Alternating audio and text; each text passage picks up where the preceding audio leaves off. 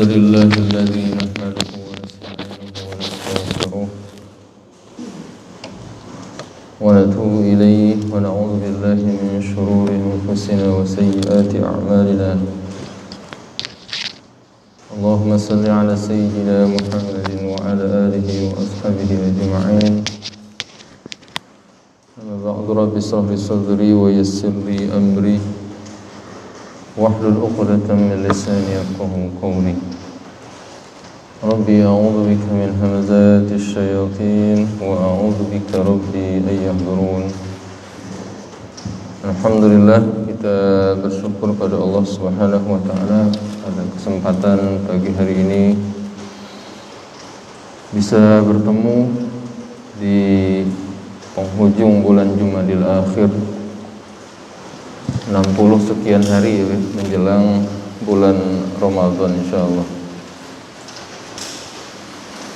Alhamdulillah, walaupun mendadak, di depan rumah juga lagi ada genangan tadi, jadi jalan agak lambat. Saya pikir jam 5 juga sudah buka, ternyata masih di portal, muter lagi. Wah, ini jamaah bubar nih kayaknya. Ya mohon maaf, tadi juga nggak langsung pulang. Baik bapak-bapak, jamaah sekalian yang dirahmati Allah Subhanahu wa taala, pada kesempatan pagi hari ini kita tetap bersyukur kepada Allah Subhanahu wa taala atas segala nikmat yang diberikan kepada kita, nikmat sehat, nikmat iman dan Islam yang terus selalu kita jaga agar iman dan Islam ini betul-betul akan membawa kita kepada kebahagiaan dunia dan akhirat. Ya.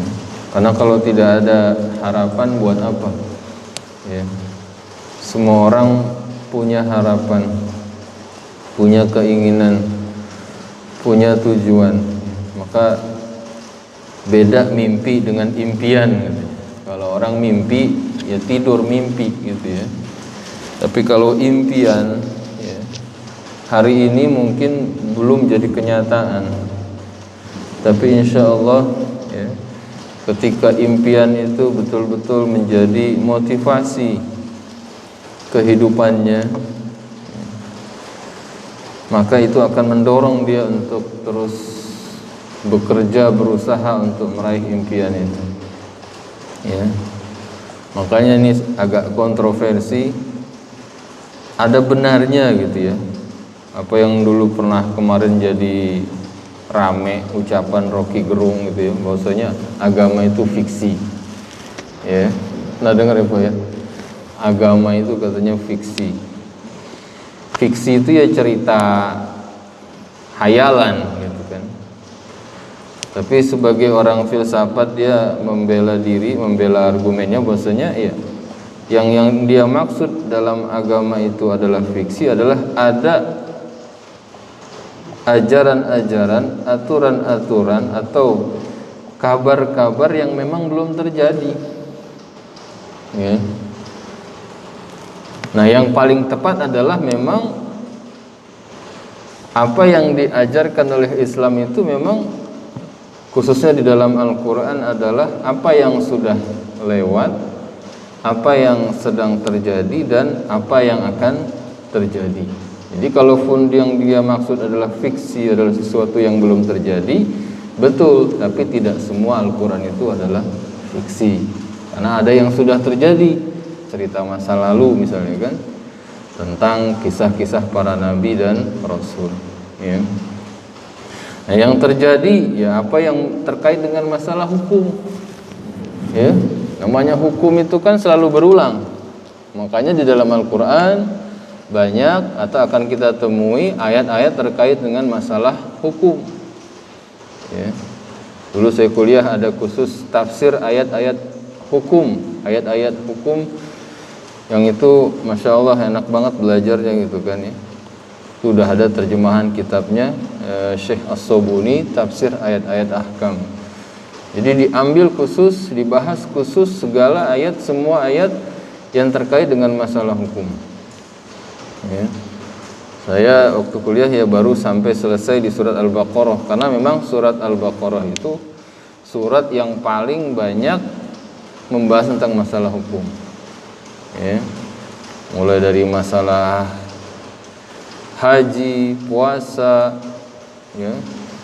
Terus masalah perang, masalah warisan, masalah sihir, hukum sihir, masalah cerai, talak, ya, masalah muamalah, apalagi paling panjang ayatnya di surat Al-Baqarah itu, ya.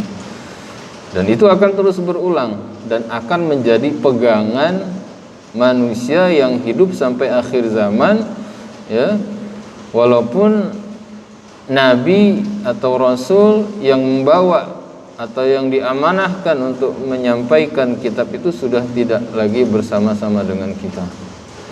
Karena itulah, ya, setelah kita bersyukur kepada Allah Subhanahu wa taala, kita dianjurkan, bahkan diwajibkan dalam tanda kutip dalam hal ini, dalam majelis, untuk mengucapkan salawat dan salam kepada Nabi Muhammad sallallahu alaihi wasallam, yang bukan hanya sekedar ucapan semata, tapi memang wujud bukti dari keimanan kita bahwasanya, ya, apa yang kita lakukan saat ini, ya, sekarang ini adalah bentuk keterikatan kita dengan beliau, ya, dalam rangka menjalankan atau mengamalkan perintah Allah Subhanahu wa taala yang telah beliau contohkan kepada kita, ya.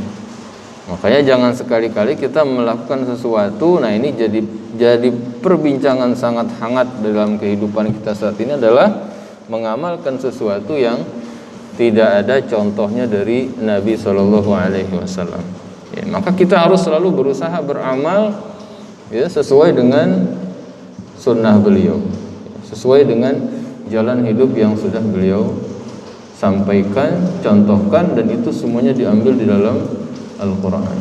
Jadi apabila selama ini jalan tengahnya, ya, selama yang kita lakukan ini tidak bertentangan dengan Al-Quran, maka insya Allah itu, ya, sesuai dengan apa yang beliau contohkan.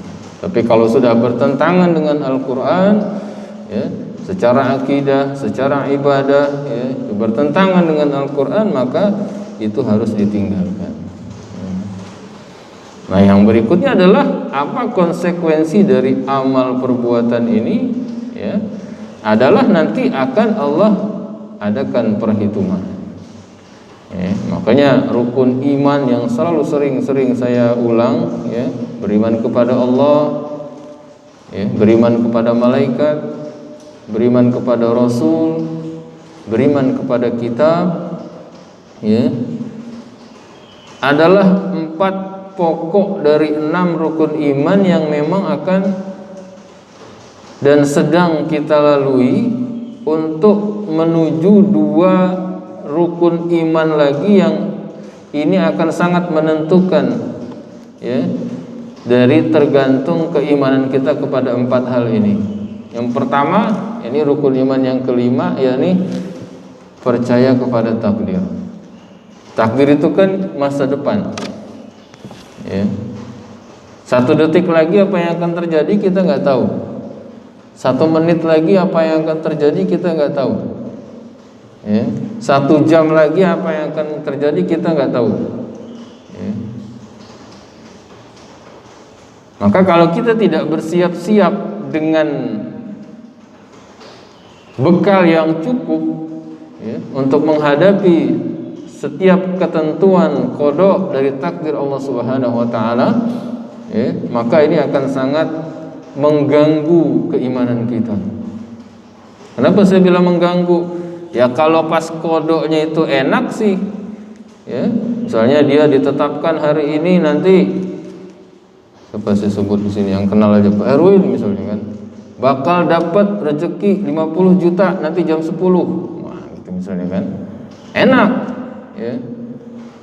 Tapi saya bilang nggak enak juga, karena orang itu kata Allah, fa'amal insanu idza mabtalahu rabbuhu wa na'amahu fayaqulu rabbi akraman. Memang manusia itu kalau dapat nikmat dia akan berkata, Allah itu memuliakan saya. Wah, Allah sayang, lagi sayang sama saya, dapat rezeki 50 juta misalnya.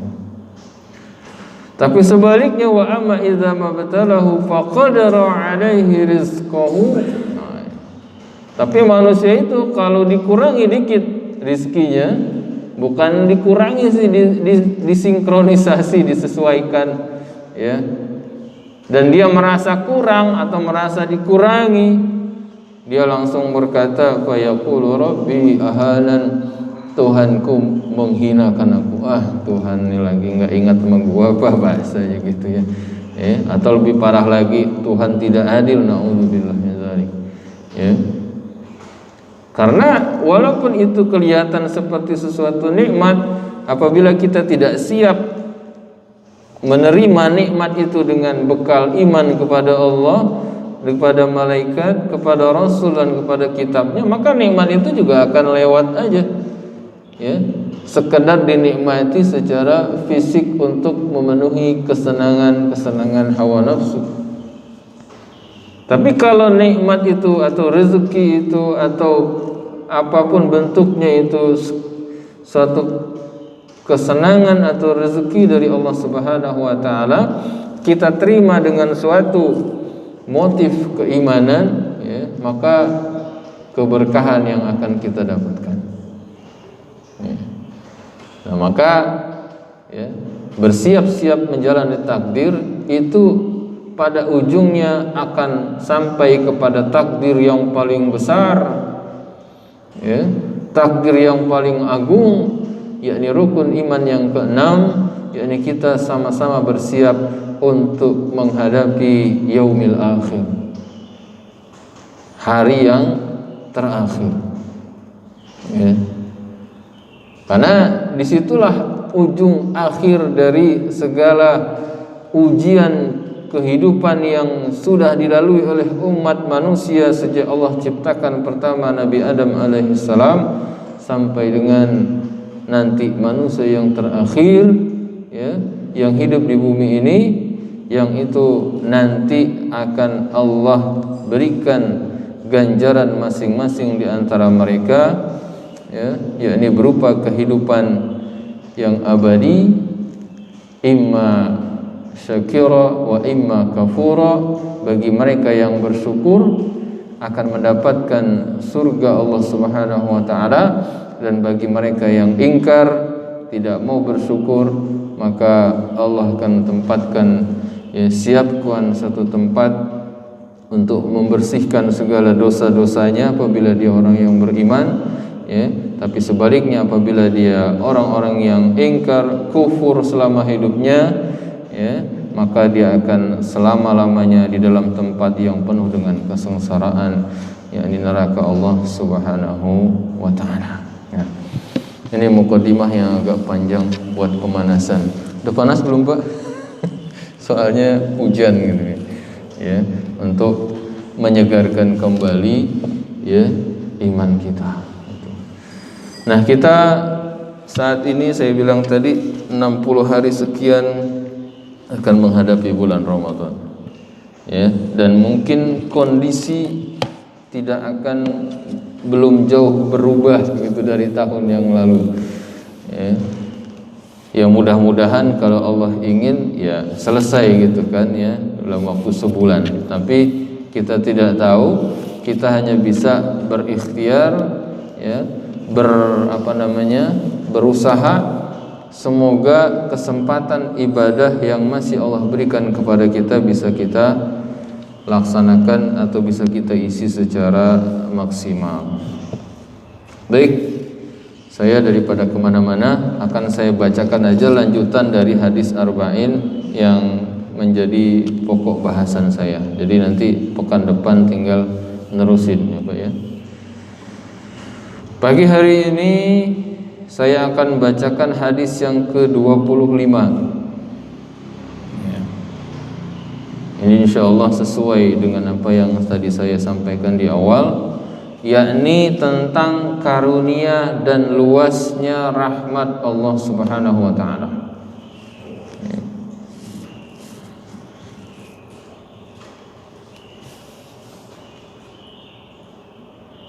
Apa bunyi hadisnya? Bismillahirrahmanirrahim. An Abi Dzar. Abi Dzar kita sudah pernah jelaskan siapa beliau. Radhiyallahu anhu anna nasan min ashabi Rasulillah sallallahu alaihi wasallam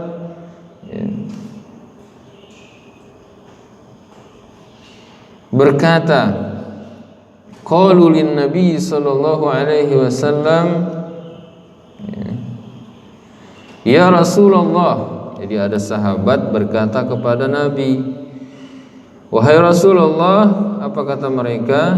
Zahaba ahlud dusuri bil ujur yusalluna kama nusalli wa yasumuna kama nasumu wa yatasaddaquna bifuduli amwalihim.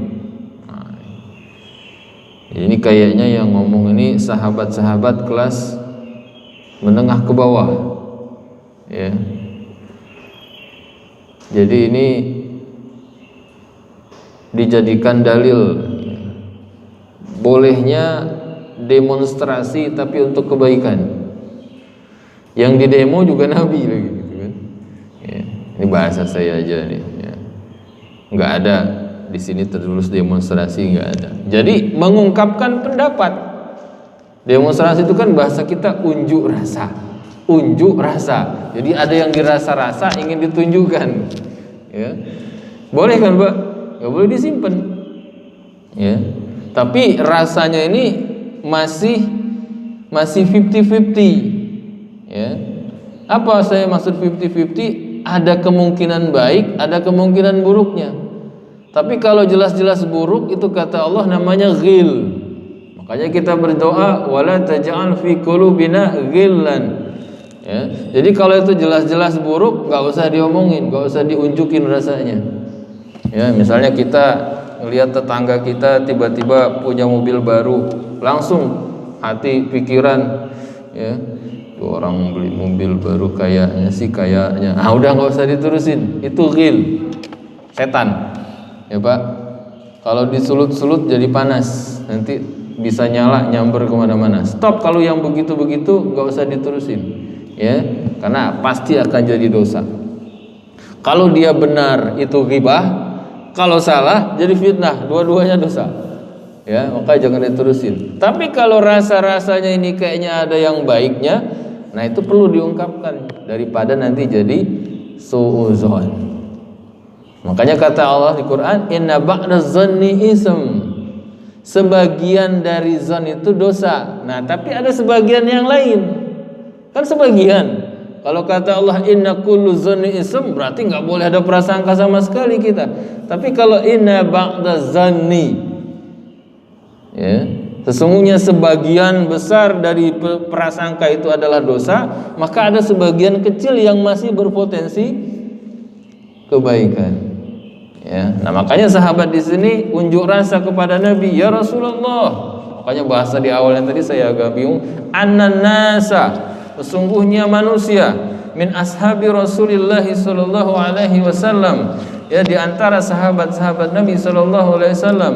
Qalu lin Nabi sallallahu alaihi wasallam, ya Rasulullah, wahai Nabi, orang-orang kaya itu mengumpulkan banyak pahala.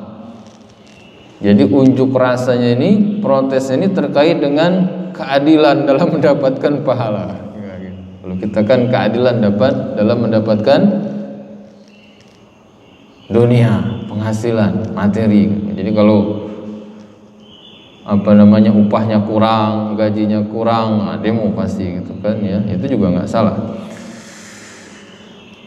Mereka ini orang-orang kaya ini mengumpulkan banyak pahala. Kata mereka tadi sahabat nih, yusalluna kama yusalli, mereka salat kami salat. Wa yasumuna kama nasumu, mereka puasa kami puasa.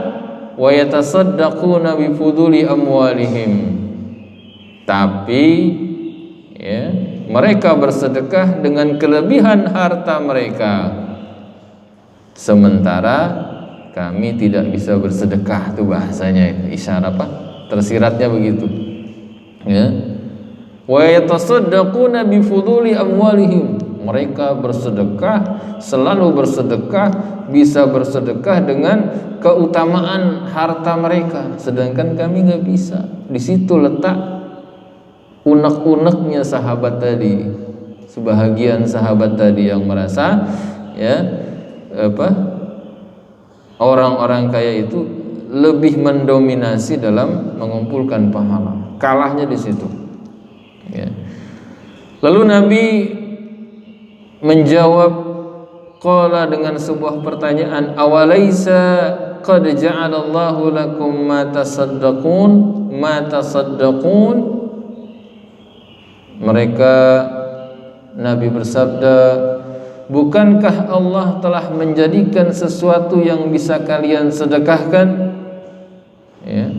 Qala awalaisa qad ja'alallahu lakum ma tasaddaqun.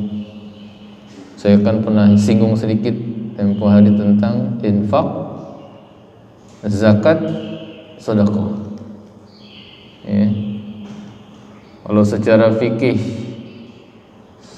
diartikan sama, ya. Infak, sedekah, zakat, sedekah itu ya ibadah harta. Ya. Bahasanya memang kadang Allah ganti-ganti, tukar-tukar. Lan tanalul birra hatta tunfiqu mimma tuhibbun. Innamas shadaqatu lil fuqara. Ya. Aqimus shalah wa atuz zakah. Ya. Artinya kalau di Indonesia kan sama semua. Ya, infak, zakat, sedekah. Tapi kalau kita sedikit cermati dari sisi bahasa, ini akan kelihatan bedanya. Ya. Kalau infak, anfaqa yunfiqu itu katanya artinya adalah membersihkan, ya, menghilangkan. Jadi kalau orang yang infak itu, ya, menginfakkan hartanya itu memang dalam rangka untuk, ya, membersihkan sesuatu yang kotor.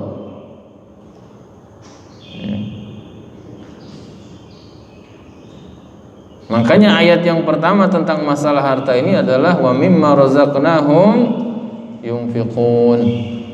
Ya. Ini sampai jam berapa nih? Selama. Udah kesiangan soalnya Pak ya. Tadi aja nih. Ini sampai bahasa sedekahnya aja biar jelas. Ya, kenapa sahabat mendemo Nabi itu dengan bahasa, ya, wa yatasaddaquna, ya, tidak wa yunfiquna. Ya. Dan Nabi pun menjawab dengan mata saddaquna, karena ibadah harta yang paling tinggi kualitasnya adalah apabila sudah sampai pada tingkatan sedekah. Sedekah itu artinya dari kata siddiq, benar. Ya. Jadi sedekahnya itu benar, jujur, ikhlas, mudahnya kan. Sudah tidak ada lagi unek-unek. Makanya di surat Al-Baqarah ayat 250-an itu Allah membahas cukup detail tentang keikhlasan dalam bersedekah. Ya, jangan kamu memberi sesuatu yang menyakiti orang, jangan kamu memberi sesuatu tapi sambil menyakiti seseorang. Itu belum sampai sedekah. Ya. Karena tujuan orang mengeluarkan harta itu, ya udah, kalau memang ikhlas kasih. Wala tamnun taksir, kata Allah. Jangan kamu memberi mengharap balasan lebih banyak. Udah. Ya, kalau mau ngasih. Oh, jangan sampai, ini yang suka agak keliru di masyarakat. Kalau kamu sedekah sekian nanti dibalas 10, ditungguin balasannya yang 10. Ya, katanya saya kalau sedekah 10.000 dapat balasan 100.000. Mana nih seharian ditungguin? Ya, itu nggak boleh berharap seperti itu, jangan. Ya.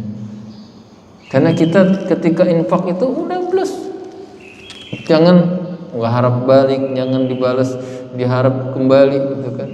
Itu ini kayak orang nyapu. Bapak kalau nyapu masjid berharap nggak debunya balik lagi? Nggak ada kan, orang nyapu itu ya sudah. buang. Ya. Itu namanya infak. Nah, ketika kita betul-betul ikhlas dalam berinfak itu, yang dapat nanti zakat, tazkiyah, suci. Kan enak ngelihat masjid kalau bersih. Ya. Itu namanya zakat. Makanya bahasa zakat itu dari sebelum hijrah pun sudah dipakai oleh Allah di surat Al-Mu'minun. Baca di tafsirnya. Ya. Alladzina hum lizzakati fa'ilun. Itu kata ahli tafsir, itu ayat turun sebelum di Mekah. Belum ada perintah zakat. Apa tujuannya? Tazkiyatun nafs. Ya. Karena tujuan Allah Subhanahu wa taala menurunkan Al-Qur'an ini adalah yatslu 'alaihim ayatika wa yuzakkihim. Ya. Yakni untuk mensucikan mereka. Buang semua kotoran-kotoran. Karena ketika kotoran sudah hilang, ya, yang kita dapatkan adalah kesucian. Ya. Nah, sampai tahapan saat ini sahabat masih merasa sama dengan sahabat yang kaya tadi. Tapi kalau sudah sampai yatasaddaquna bifuduli amwalihim, mereka memiliki kelebihan harta dibanding kami dan mereka sudah bisa bersedekah, artinya membuktikan keimanan mereka itu dalam bentuk sedekah. Makanya bahasanya innamas sadaqatu lil fuqara wal masakin. Ya. Tapi bahasa awalnya lan tanalul birru hatta tunfiqu mimma tuhibbun. Kalian tidak akan pernah sampai kepada kebaikan, ya, hatta tunfiqu, sampai kalian bersedekah mimma tuhibbun, berinfak dari apa yang kalian cintai. Jadi sebagian mimma. Kadang kita takut dengar ayat ini, Pak, ya. Saya juga takut banget gitu kan. Lan tanalul birra, tidak akan pernah sampai pada kebaikan hatta tunfiqu mimma tuhibbun. Padahal di situ Allah katakan mimma, enggak semua kok. Tapi apa yang kita cintai, ya. Jadi misalnya kita punya, sebenarnya ini ayat sindiran untuk berzakat. Ya. Kenapa? Mimma tuhibbun itu kan kalau kita dapat harta yang sudah sampai nisab, Allah minta 2,5%. Itu yang dimaksud dengan mimma tuhibbun. Masih berat nggak orang? Masih banyak yang berat nggak? Masih banyak. 2,5% aja masih banyak yang berat. Ya. Makanya tambah kaya itu orang, mohon maaf, tambah bakhil kata Allah. Ya. Kita kalau punya uang 10.000 masih miskin, bagi 2 mau nggak sama teman? Ya, satu kosan nih Pak, 10.000 belum makan temennya, yaudah kita bagi 2, ente 5.000, ane 5.000, masih bisa dia. Tapi ketika dia sudah kaya, punya harta 100 juta, mau nggak dia bagi 2 sama teman kosnya tadi, 50-50? Kan kita dulu biasa bagi 2 waktu di kosan, ya, 10.000 bagi 2, 5.000. Ya. Tapi kalau udah 100 juta nggak mau dia bagi 2, 50-50 sama temennya tadi, ya Pak, ya. Padahal sama, ya. Makanya zakat itu cuma diminta 2,5-nya aja. Itu pun masih banyak orang yang berat. Boleh nggak kasih 5%? Boleh nggak zakat 25%? Boleh nggak zakat 50%? Bahkan 100%. Ini yang diamalkan oleh Abu Bakar, Umar, Utsman, Ali dan seterusnya. Ya, 2,5% itu, ya, minimal, nggak boleh kurang. Ya. Tapi kalau mau lebih 5, 10 dan kelipatannya silahkan. Mimma. Makanya ketika Abu Bakar infak 100%, Nabi bertanya, untuk keluargamu mana? Aku tinggalkan Allah dan Rasulnya. Sekelas Abu Bakar, hari ini dia nggak punya uang, besok sudah balik lagi itu. Apalagi, ya, juga kita pernah dengar kisah Utsman. Susah menjadi miskin Utsman juga. Ya. Pernah dia borong kurma busuk supaya petani-petani di Madinah itu dapat pulang modal. Besoknya malah ada yang nyari kurma busuk buat obat. Akhirnya apa yang dia beli saat itu dibeli 10 kali lipat oleh orang yang nyari kurma busuk itu. Ya Allah, tadi mau ngabisin harta malah dapat duit lagi 10 kali lipat dari yang kemarin dikeluarkan. Nah, ini bentuk keirian dalam tanda kutip sahabat tadi, ya, kepada sahabat yang memiliki keutamaan bisa bersedekah dengan harta mereka. Nah, karena waktu sudah habis, lanjutkan pekan depan insyaallah. Ya, semoga yang penting kita bisa yatasaddaquna. Jadi renungkan aja pertanyaan Nabi tadi wa awalaisa qad ja'alallahu lakum ma tasaddaqun. Jadi enggak usah pikirin orang kaya yang punya kelebihan harta, kamu pun bisa bersedekah dengan apa yang kita miliki. Nah, maka nanti kita pulang lihat di rumah kita apa yang bisa kita jadikan sedekah, ya, yang bisa membuktikan tasaddaqu yatasaddaqu, ya, memberikan sedekah sebagai bukti dari iman kita. Wallahu a'lam bishawab. Mohon maaf ini atas kekurangannya. Assalamualaikum warahmatullahi wabarakatuh.